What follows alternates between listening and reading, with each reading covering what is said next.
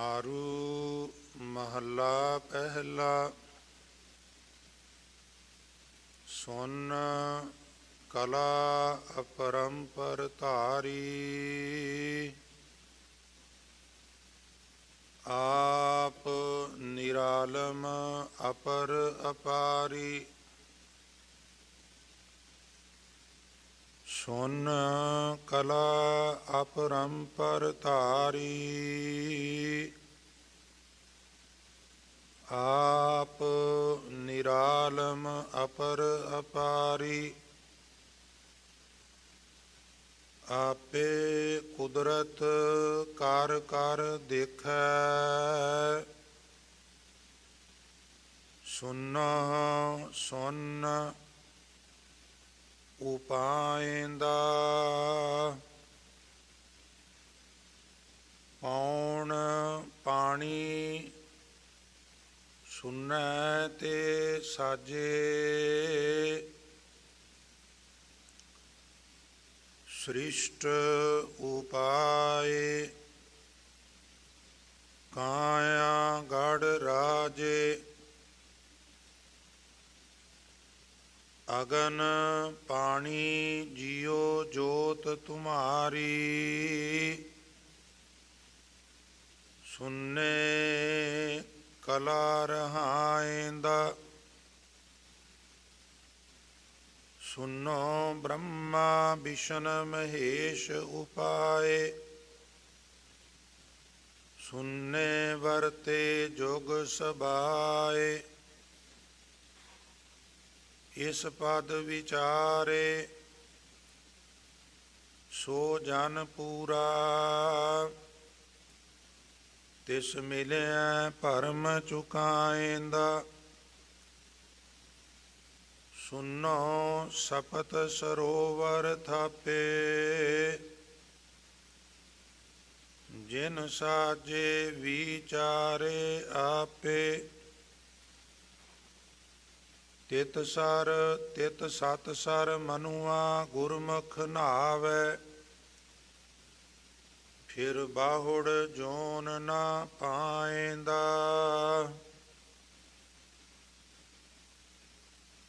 सुनो चंद सूरज गहनारे। तिसकी जोत त्रिभुवन सारे।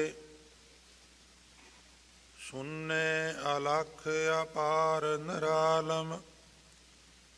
सुनने ताड़ी लाइंदा। सुनो धरत आकाश उपाय। बिन थम्मा राखे सच कल पाए। त्रिभुवन साज मेखुली माया। आप उपाय खपाइंदा। सुनो खाणी सुनो बाणी। सुनो उपजी सुन समाणी। उत भुज चलत किया सिर करतै। बिस्माद शब्द दिखाइंदा। सुनो रात दिन सदोए किए।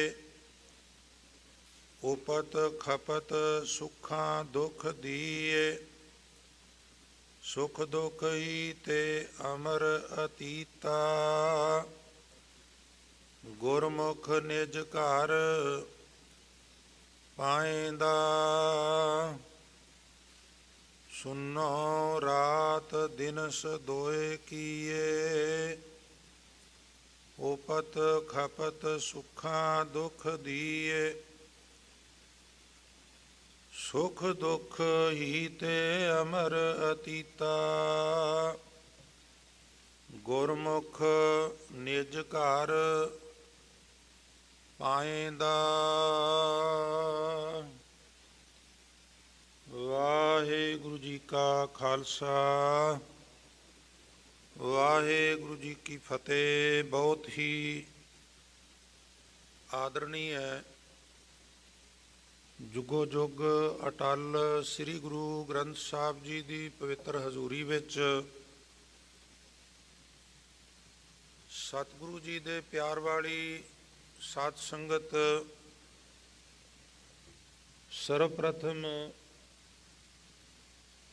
ਗੁਰੂ ਫਤਿਹ ਅਰਜ ਕਰ ਰਿਹਾ ਹਾਂ ਜੀ। ਪ੍ਰਵਾਨ ਕਰਨੀ। ਵਾਹਿਗੁਰੂ ਜੀ ਕਾ ਖਾਲਸਾ, ਵਾਹਿਗੁਰੂ ਜੀ ਕੀ ਫਤਿਹ।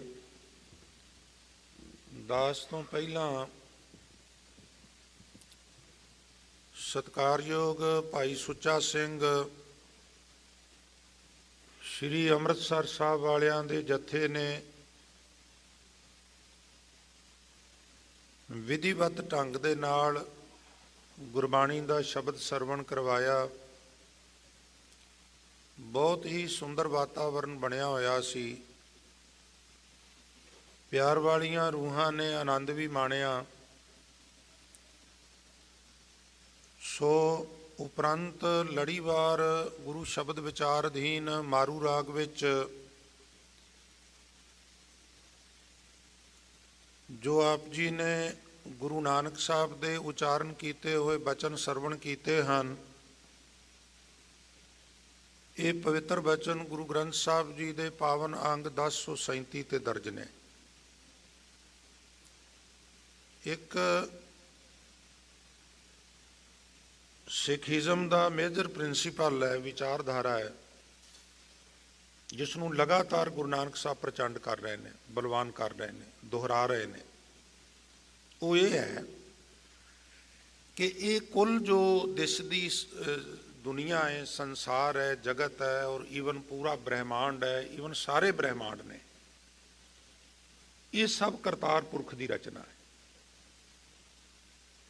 ਵੇਖੋ, ਗੁਰੂ ਨਾਨਕ ਸਾਹਿਬ ਜਿਹੜਾ ਵਿਸ਼ੇਸ਼ਣ ਦਿੰਦੇ ਨੇ ਅਕਾਲ ਪੁਰਖ ਨੂੰ, ਉਹ ਏਕ ਓਂਕਾਰ ਸਤਨਾਮ ਕਰਤਾ ਪੁਰਖ। ਕਰਤਾ ਪੁਰਖ ਦਾ ਕੀ ਮਤਲਬ ਹੈ? ਇਸ ਵੈਸੇ ਕਰਤਾ ਪੁਰਖ ਇੱਥੇ ਲਿਖ ਦਿੱਤਾ ਹੈ, ਉਂਝ ਉਹਨਾਂ ਦਾ ਤਕੀਆ ਕਲਾਮ ਸੀ ਵੀ ਜਦੋਂ ਵੀ ਕਿਸੇ ਮਿਲਣਾ ਉਹਨੂੰ ਆਖਣਾ, ਬੋਲੋ ਭਾਈ ਸਤ ਕਰਤਾਰ। ਕਰਤਾਰ ਕ੍ਰੀਏਟਰ ਨੂੰ ਕਹਿੰਦੇ ਨੇ, ਕਰਤਾਰ ਕਰਤੇ ਨੂੰ ਕਹਿੰਦੇ ਨੇ, ਜਿਹੜਾ ਕੁਝ ਕਰਦਾ ਹੈ। ਇਹ ਕਹਿਣ ਦੀ ਜ਼ਰੂਰਤ ਤਾਂ ਪਈ ਕਿਉਂਕਿ ਬਹੁਤ ਸਾਰੇ ਧਰਮਾਂ ਵਿੱਚ ਇਹ ਗੱਲ ਪ੍ਰਚੰਡ ਕੀਤੀ ਗਈ ਸੀ ਵੀ ਸ੍ਰਿਸ਼ਟੀ ਦੀ ਰਚਨਾ ਕਰਨ ਵਾਲਾ ਇੱਕ ਦੇਵਤਾ ਹੈ, ਉਹ ਬਸ ਰਚਨਾ ਕਰਕੇ ਛੱਡ ਦਿੰਦਾ ਹੈ, ਹੋਰ ਕੁਝ ਨਹੀਂ ਕਰਦਾ। ਔਰ ਫਿਰ ਇੱਕ ਦੂਸਰਾ ਦੇਵਤਾ ਹੈ, ਉਹ ਪਰਵਰਿਸ਼ ਕਰਦਾ ਹੈ, ਔਰ ਤੀਸਰਾ ਫਿਰ ਉਹਨਾਂ ਦਾ ਸੰਘਾਰ ਕਰਦਾ ਹੈ, ਮੌਤ ਦੇ ਘਾਟ ਉਤਾਰਦਾ ਹੈ, ਉਹਨਾਂ ਦਾ ਫਿਰ ਲੇਖਾ ਜੋਖਾ ਲੈਂਦਾ ਹੈ। ਹੁਣ ਇਹ ਸਾਰੇ ਪਦੇ ਦੇ ਮੈਂ ਆਖਰੀ ਅਰਥ ਤੁਹਾਡੇ ਸਾਹਮਣੇ ਰੱਖਣੇ ਨੇ। ਥੋੜੀ ਜਿਹੀ ਬੇਨਤੀ ਕਰਨੀ ਹੈ ਕਿਉਂਕਿ ਖਿਆਲ ਇੱਕੋ ਹੀ ਹੈ, ਪਦੇ ਜ਼ਿਆਦੇ ਨੇ, ਖਿਆਲ ਇੱਕੋ ਹੀ ਹੈ। ਤੋ ਸਾਧ ਸੰਗਤ ਇਕਾਗਰਤਾ ਦੀ ਦਾਤ ਬਖਸ਼ਿਆ ਕਰੋ, ਬਚਨ ਬਲਾਸ ਨਾ ਕਰਿਆ ਕਰੋ, ਉਹਦੇ ਵਿੱਚ ਫਿਰ ਵਿਘਨ ਪੈਦਾ ਹੁੰਦਾ ਹੈ। ਇਸ ਵਾਸਤੇ ਸੰਗਤ ਵਿੱਚ ਬੈਠ ਕੇ ਗੱਲਾਂ ਕਰਨ ਤੋਂ ਗੁਰੇਜ਼ ਕਰਿਆ ਕਰੋ ਜੀ। ਜੇ ਕੋਈ ਜ਼ਰੂਰੀ ਹੋਵੇ ਤੇ ਥੋੜੀ ਦੂਰੀ ਬਣਾ ਕੇ ਕਰ ਲੈਣੀ ਚਾਹੀਦੀ ਹੈ। ਸੋ ਆਓ ਇੱਕ ਵਾਰ ਸਾਰੀ ਸੰਗਤ ਪਿਆਰ ਨਾਲ ਆਖੋ, ਸਤਨਾਮ ਸ੍ਰੀ। ਵਾਰ-ਵਾਰ ਗੁਰੂ ਸਾਹਿਬ ਬਖਸ਼ਿਸ਼ ਕਰ ਰਹੇ ਨੇ ਵੀ ਇਹ ਸਭ ਕੁਝ ਅਕਾਲ ਪੁਰਖ ਵਾਹਿਗੁਰੂ ਆਪਣੀ ਕਲਾ ਨਾਲ ਅਫੁਰ ਅਵਸਥਾ ਦੇ ਵਿੱਚ ਉਹਨੇ ਪੈਦਾ ਕੀਤਾ ਹੈ। ਕਿਉਂ? ਕਿਉਂਕਿ ਬਹੁਤ ਸਾਰੇ ਵਹਿਮ ਭਰਮ ਪਾਏ ਗਏ। ਹੁਣ ਮੈਂ ਇੱਕ ਅਰਜ਼ ਕਰਾਂ ਆਪ ਜੀ ਤੋਂ ਆਗਿਆ ਲੈ ਕੇ। ਅਸੀਂ ਬੜੇ ਫਕਰ ਨਾਲ ਕਹਿੰਦੇ ਹਾਂ, ਵੇਖੋ ਜੀ ਗੁਰੂ ਗ੍ਰੰਥ ਸਾਹਿਬ 'ਚ ਜੋ ਲਿਖਿਆ ਸੱਚ ਹੈ। ਤੁਸੀਂ ਕਹੋਗੇ ਗਿਆਨੀ ਜੀ ਫਿਰ ਤੁਸੀਂ ਇਹ ਕਹਿਣ ਲੱਗੇ ਹੋ ਵੀ ਝੂਠ ਵੀ ਹੈ। ਨਹੀਂ, ਝੂਠ ਨਹੀਂ, ਸੱਚ ਹੈ। ਪਰ ਇੱਕ ਗੱਲ ਥੋੜੀ ਜਿਹੀ ਹੌਸਲੇ ਨਾਲ, ਧੀਰਜ ਨਾਲ ਮੇਰੀ ਸੁਣ ਲਿਓ ਪਹਿਲਾਂ, ਫਿਰ ਡਿਸਾਈਡ ਕਰ ਲਿਆ। ਕਿਤੇ ਕਿਤੇ ਗੁਰੂ ਗ੍ਰੰਥ ਸਾਹਿਬ ਵਿੱਚ ਜੋ ਲਿਖਿਆ ਹੈ ਉਹ ਸਿਰਫ ਉਹਨਾਂ ਦੂਜੇ ਮਤ ਦਾ ਖਿਆਲ ਲੈ ਕੇ ਫਿਰ ਉਹਨੂੰ ਕਲੀਅਰ ਕੀਤਾ ਗਿਆ। ਜਿਸ ਤਰ੍ਹਾਂ ਹੁਣ ਸਨਾਤਨ ਮਤ ਕਹਿੰਦਾ ਵੀ ਇੱਕ ਮਾਈ ਜੁਗਤ ਨਾਲ ਪ੍ਰਸੂਤ ਹੋਈ। ਪ੍ਰਸੂਤ ਬੱਚੇ ਨੂੰ ਜਨਮ ਦੇਣ ਦੀ ਕਿਰਿਆ, ਡਿਲੀਵਰੀ ਕਹਿੰਦੇ ਹੋ ਤੁਸੀਂ ਇੱਥੇ।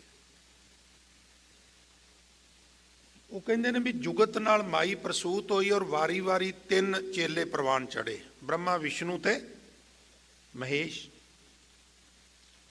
ਮੈਂ ਕਦੀ ਬ੍ਰਹਮਾ, ਵਿਸ਼ਨੂੰ ਤੇ ਮਹੇਸ਼ ਦੇ ਅਗੇਂਸਟ ਵੀ ਨਹੀਂ ਬੋਲਿਆ। ਮੈਨੂੰ ਇਹਦੀ ਜ਼ਰੂਰਤ ਹੀ ਨਹੀਂ ਪੈਂਦੀ, ਕਿਉਂਕਿ ਸਾਡੇ ਕੋਲ ਇਤਨਾ ਕੁਝ ਬੋਲਣ ਵਾਸਤੇ ਹੈ ਪੋਜ਼ਿਟਿਵਿਟੀ ਵਜੋਂ। ਅਸੀਂ ਖਾਮਖਾ ਐਵੇਂ ਕਿਸੇ ਨੂੰ ਰੰਦੇ ਫੇਰਦੇ ਫਿਰੀਏ। ਟੂ ਦਾ ਪੁਆਇੰਟ ਗੱਲ ਹੈ ਵੀ ਸਾਡੇ ਇੱਕ ਈਸ਼ਵਰਵਾਦ ਦੀ ਗੱਲ ਹੈ, ਬ੍ਰਹਮਾ ਵਿਸ਼ਨੂੰ ਮਹੇਸ਼ ਦੀ ਨਹੀਂ। ਉਹ ਚੰਗੇ ਨੇ, ਮੁਬਾਰਕ ਹੈ, ਜੋ ਵੀ ਹੈ ਠੀਕ ਹੈ, ਸਾਡਾ ਉਹਨਾਂ ਨਾਲ ਕੋਈ ਸਰੋਕਾਰ ਨਹੀਂ। ਬਸ ਇਤਨੀ ਕੁ ਗੱਲ ਹੈ। ਤੁਸੀਂ ਕਹਿੰਦੇ ਹੋ ਵੀ ਇੱਕ ਮਾਈ ਜੁਗਤ ਨਾਲ ਪ੍ਰਸੂਤ ਹੋਈ, 3 ਚੇਲੇ ਪ੍ਰਵਾਨ ਚੜੇ। ਏਕਾ ਮਾਈ ਜੁਗਤ ਵਿਆਹੀ, 3 ਚੇਲੇ ਪ੍ਰਵਾਨ। ਫਿਰ ਤੁਸੀਂ ਕਹਿੰਦੇ ਹੋ ਇੱਕ ਸੰਸਾਰੀ, ਇੱਕ ਭੰਡਾਰੀ ਔਰ ਇੱਕ ਲਾਏ ਦੀਵਾਨ। ਇੱਥੋਂ ਤੱਕ ਹਿੰਦੂਇਜ਼ਮ ਹੈ, ਇਹ ਸਿੱਖੀਜ਼ਮ ਨਹੀਂ ਹੈ। ਅਸੀਂ ਲੜ ਪੈਂਦੇ ਹਾਂ ਜੀ, ਤੁਸੀਂ ਕਿੱਦਾਂ ਕਹੋਗੇ ਗੁਰੂ ਗ੍ਰੰਥ ਸਾਹਿਬ 'ਚ ਇੱਦਾਂ ਉੱਦਾਂ ਨਹੀਂ। ਕਿਤੇ ਕਿਤੇ ਅਨਮਤਾਂ ਦਾ ਫਲਸਫਾ ਦੱਸ ਕੇ ਫਿਰ ਗੁਰਮਤਿ ਪ੍ਰਚੰਡ ਕੀਤੀ ਗਈ ਹੈ। ਹੁਣ ਜੇ ਅਸੀਂ ਕਹੀਏ ਵੀ ਗੁਰੂ ਗ੍ਰੰਥ ਸਾਹਿਬ 'ਚ ਲਿਖਿਆ ਵੀ 3 ਚੇਲੇ ਪ੍ਰਵਾਨ ਨੇ ਤੇ ਚਲੋ ਇਹਨਾਂ ਨੂੰ ਪ੍ਰਵਾਨ ਕਰ ਲਓ, ਕਿੱਦਾਂ ਕਰ ਲਾਂਗੇ? ਫਿਰ ਅੱਗੇ ਮਹਾਰਾਜ ਉਹਨੂੰ ਕਲੀਅਰ ਕਰਦੇ ਨੇ, 3 ਚੇਲੇ ਪ੍ਰਵਾਨ, ਇੱਕ ਸੰਸਾਰੀ, ਇੱਕ ਭੰਡਾਰੀ, ਇੱਕ ਲਾਏ ਦੀਵਾਨ।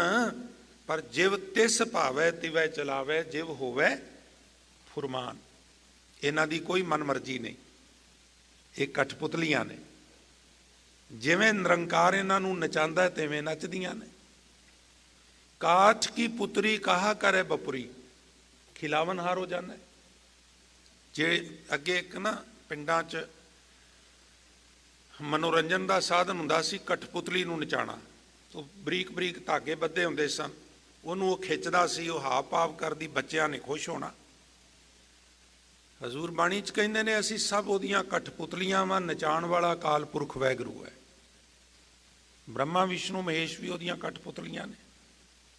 ਉਹ ਕਿਰਤ ਹੈ, ਕਰਤਾ ਨਹੀਂ ਹੈ।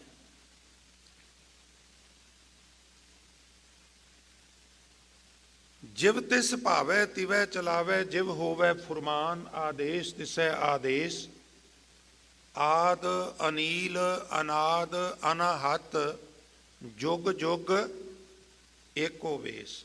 ਨਾ ਕਿ ਤੀਨੋਂ ਵੇਸ, ਇੱਕ ਨਾਲ ਜੋੜਿਆ ਸਾਨੂੰ। ਏਕੋ ਹੈ ਭਾਈ ਏਕੋ ਹੈ, ਸਾਹਿਬ ਮੇਰਾ ਏਕੋ ਹੈ।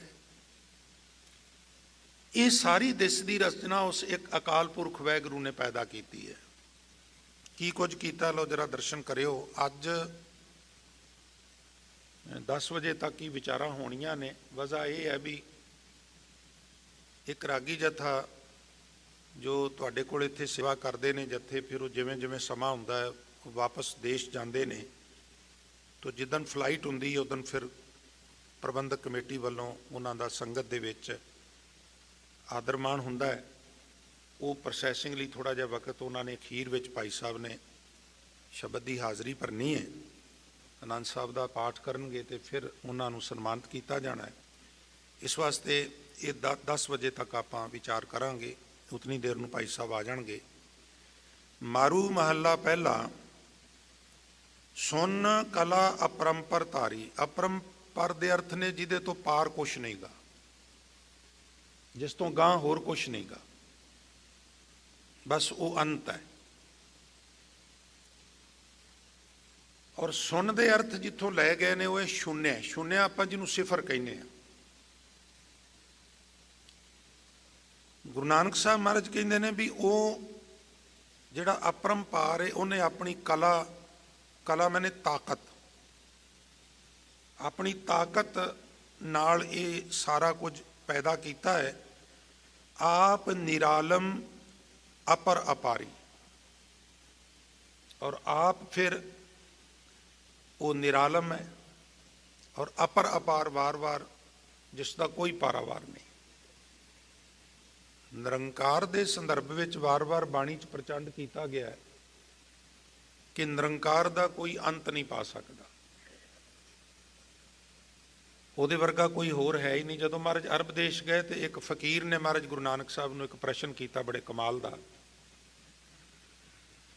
ਉਹ ਕਹਿਣ ਲੱਗਾ, ਮਹਾਰਾਜ ਮੇਰਾ ਇੱਕ ਪ੍ਰਸ਼ਨ ਹੈ, ਮੈਂ ਬਹੁਤ ਲੋਕਾਂ ਨੂੰ ਕੀਤਾ ਹੈ ਪਰ ਤਸੱਲੀ ਨਹੀਂ ਹੋਈ। ਮਹਾਰਾਜ ਕਹਿਣ ਲੱਗੇ ਪੁੱਛ ਕੀ ਹੈ? ਆਖਣ ਲੱਗਾ, ਮਹਾਰਾਜ ਪ੍ਰਸ਼ਨ ਇਹ ਹੈ ਵੀ ਦੱਸੋ ਉਹ ਕਿਹੜਾ ਕੰਮ ਹੈ ਜਿਹੜਾ ਪ੍ਰਮਾਤਮਾ ਵੀ ਕਰਨਾ ਚਾਹੇ ਤੇ ਨਹੀਂ ਕਰ ਸਕਦਾ।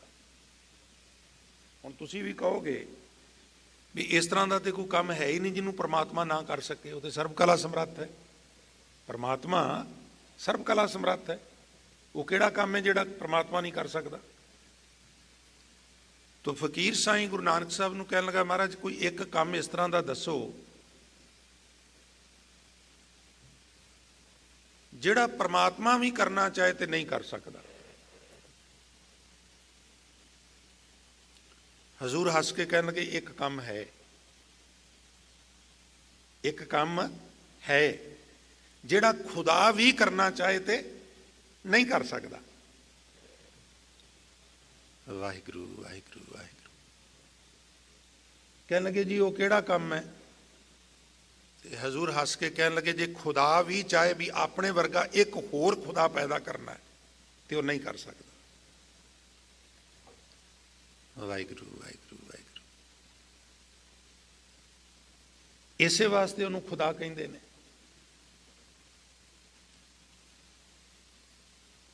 ਤੋ ਗੁਰੂ ਨਾਨਕ ਸਾਹਿਬ ਸੱਚੇ ਪਾਤਸ਼ਾਹ ਇਸ ਗੱਲ ਤੇ ਬੜਾ ਜ਼ੋਰ ਦਿੰਦੇ ਨੇ ਜਦੋਂ ਨਿਰੰਕਾਰ ਦੀ ਗੱਲ ਕਰਦੇ ਨੇ।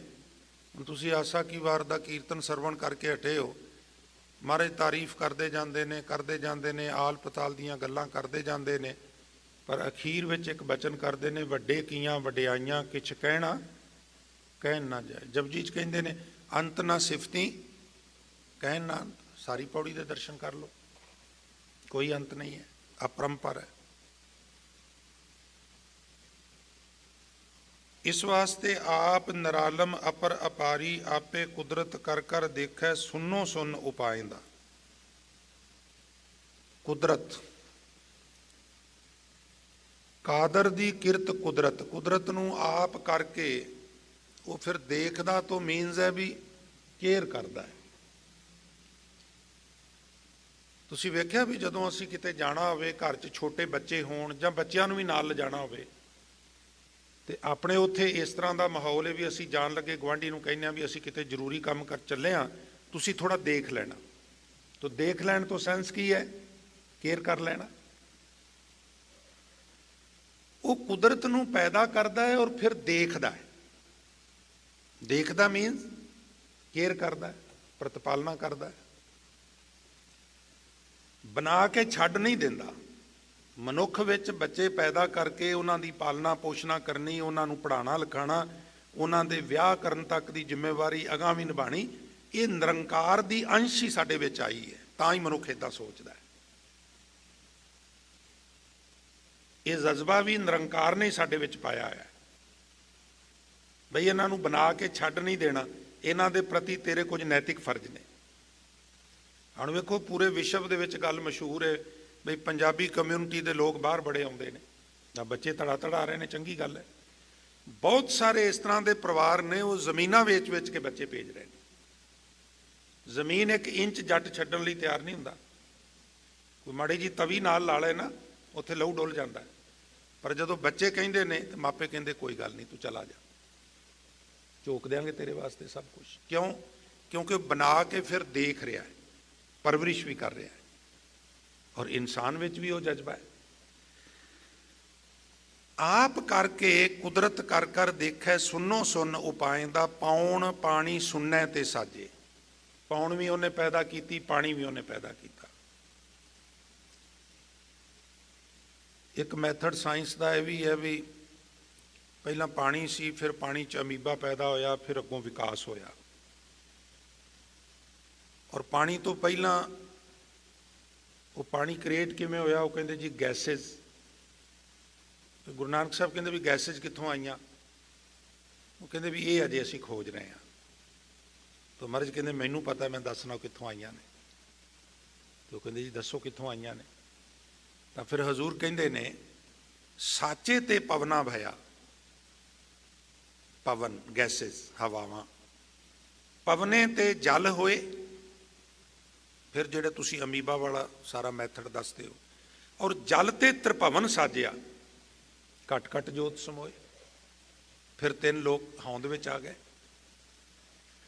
ਪੌਣ ਪਾਣੀ ਸੁਣਨੇ ਤੇ ਸਾਜੇ, ਸ੍ਰਿਸ਼ਟ ਉਪਾਏ ਕਾਇਆ ਗੜ ਰਾਜੇ। ਸ੍ਰਿਸ਼ਟੀ ਪੈਦਾ ਕੀਤੀ ਔਰ ਕਾਇਆ ਗੜ, ਇਹ ਸਰੀਰ ਰੂਪੀ ਕਿਲਾ ਜਿਹੜਾ ਇਹਦਾ ਰਾਜਾ ਮਨੁੱਖ ਨੂੰ ਬਣਾ ਦਿੱਤਾ।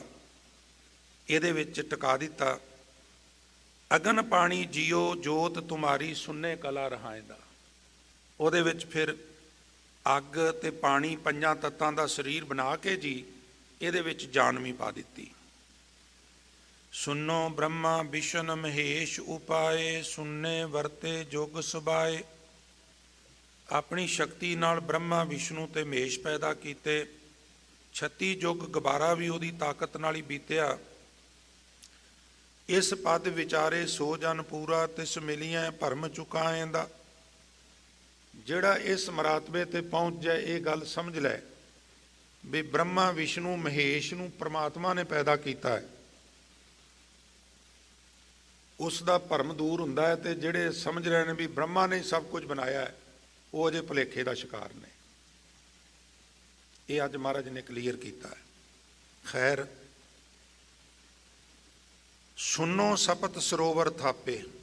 5 ਗਿਆਨ ਇੰਦਰੇ, ਮਨ ਤੇ ਬੁੱਧੀ, 6-7 ਇਹ ਪ੍ਰਮਾਤਮਾ ਨੇ ਪੈਦਾ ਕੀਤੇ ਜੀ।